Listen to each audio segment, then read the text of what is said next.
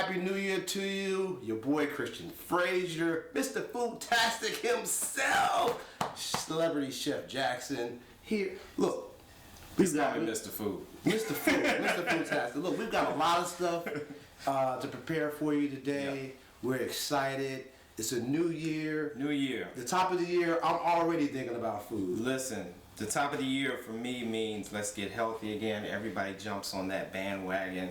You know, even if you were semi-healthy, you want to get even healthier at the top of the year. It's a whole lot of ambition, and people want to, yeah, I'm going to get healthy and I'm going to do healthy things. So I have some healthy recipe ideas that, we're going to share. Some spins on some comforty food, because when it's cold, people want comfort food. I get it. I get it. So we have to have comfort food, but let's make it a little bit healthier than we normally would.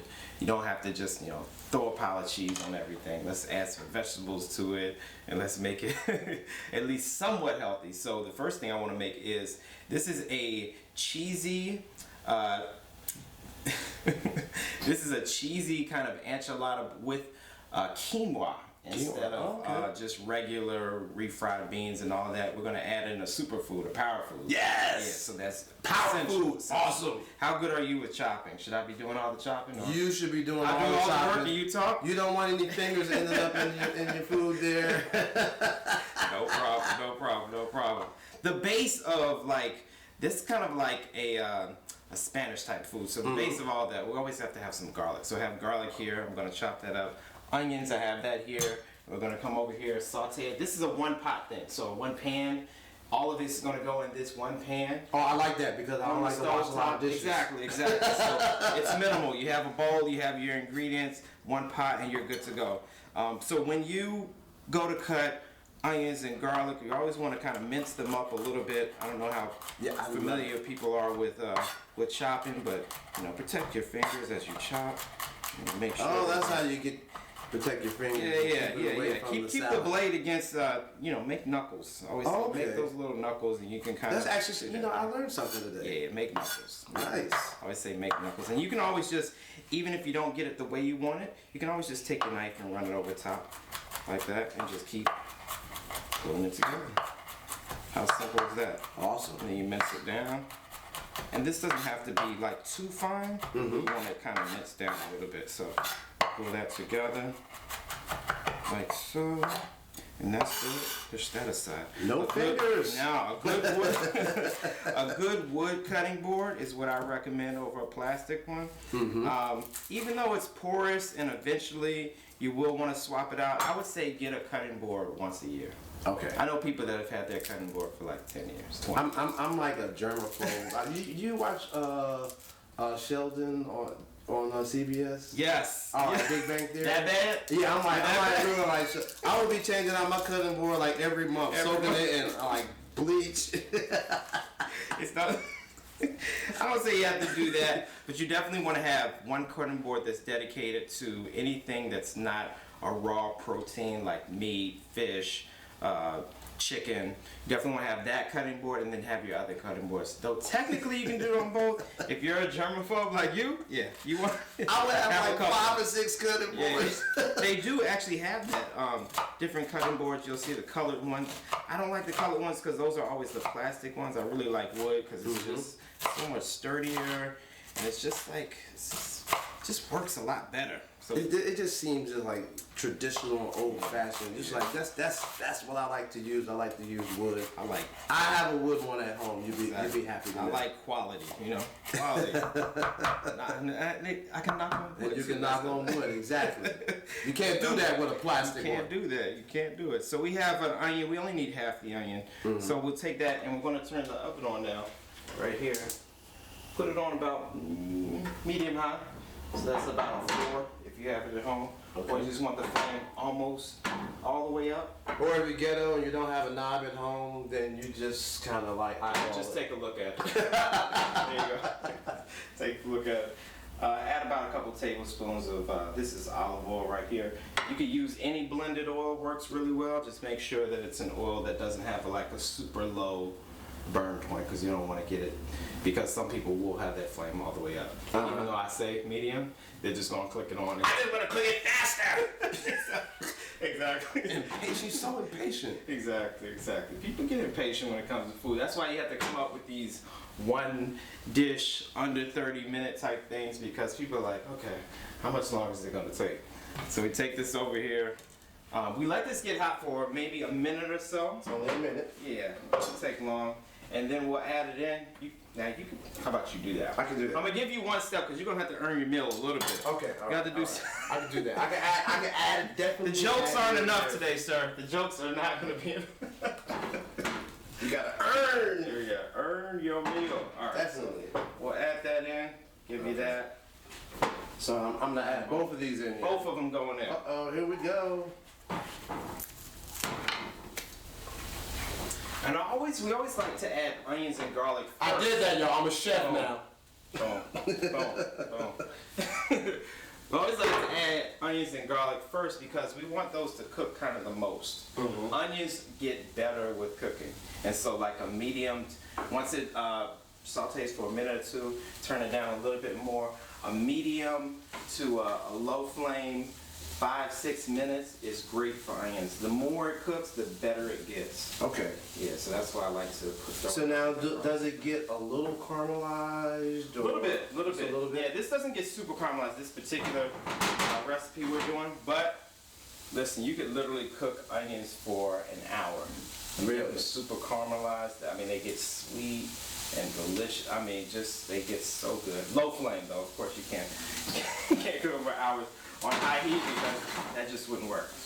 Ancient grains, it's got so many nutrients in it versus a jasmine rice or regular rice. This is a grain that, I think it's such an easy substitute for like if somebody wanted to use white rice, use quinoa instead.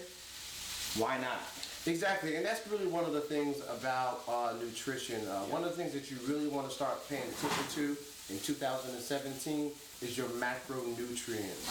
And some of the apps out there like that I use, MyFitnessPal, actually when you put your food in there, it actually, if you're a pro user, it allows you to break down the macronutrients. That's really an important part of your nutrition is tracking that. So I'm going to put some information up on the website, also on Twitter and social media. My website, www.christianfrazier.com. How can they find you on social media? Mr. Foodtastic for everything. Mr. Foodtastic for Instagram, Pinterest, Facebook, Twitter, you name it. Mr. Foodtastic. Christian Frazier, everything. Facebook, Twitter, Instagram. You can go to christianfrazier.com. We're going to have these videos up there and everything. Well, you know what? Since we're speaking about all of this, we're going to pause for a commercial break.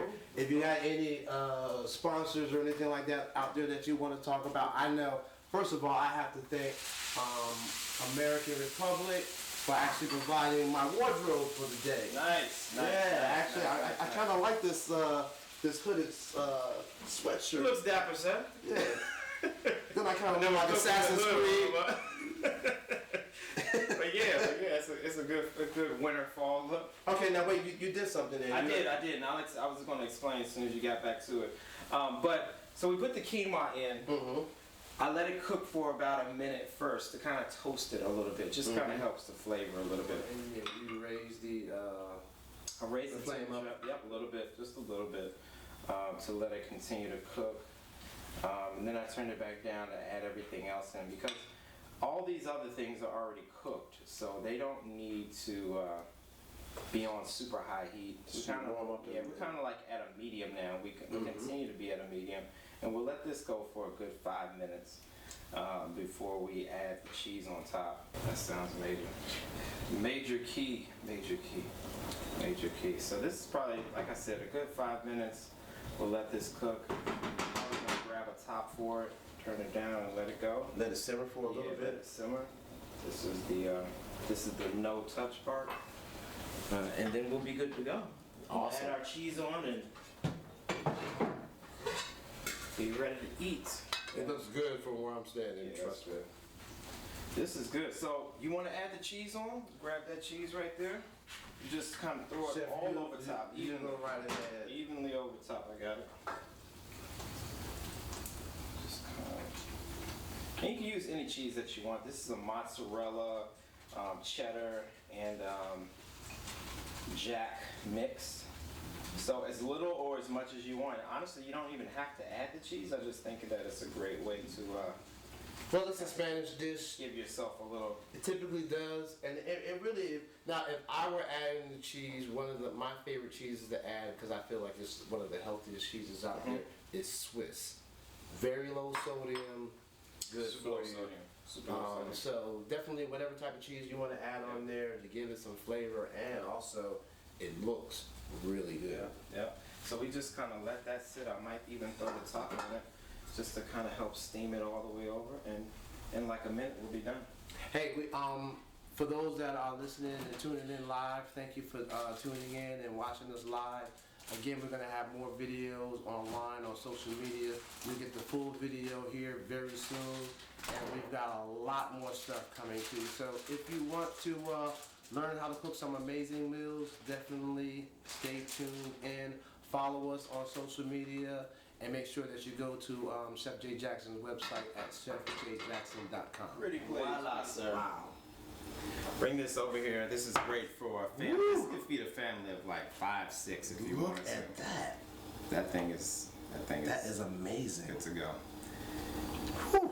Ways to kind of top it off, things I like to add. I add again a little parsley to that. Put that right over top. Greens just kind of go well. They just kind of go well with stuff like this. You could add in avocado, which I have here. We'll put that individually on there. But it's basically Another like superfood. another superfood. It's so good. Avocado is, man, who doesn't eat avocado? And why not? It's so good. Why are you not eating avocado? Get some avocado in your life. Get some green in your life. So this is like a scoop and serve. So I will let you serve yourself. So. Oh man. Don't forget to look for myself, Christian Frazier, Yeah. on social media, Twitter, Facebook, Instagram, also Mr. Foodtastic on you name it. Mr. Foodtastic, everything. Everywhere. So, thanks for tuning in. Have a good one.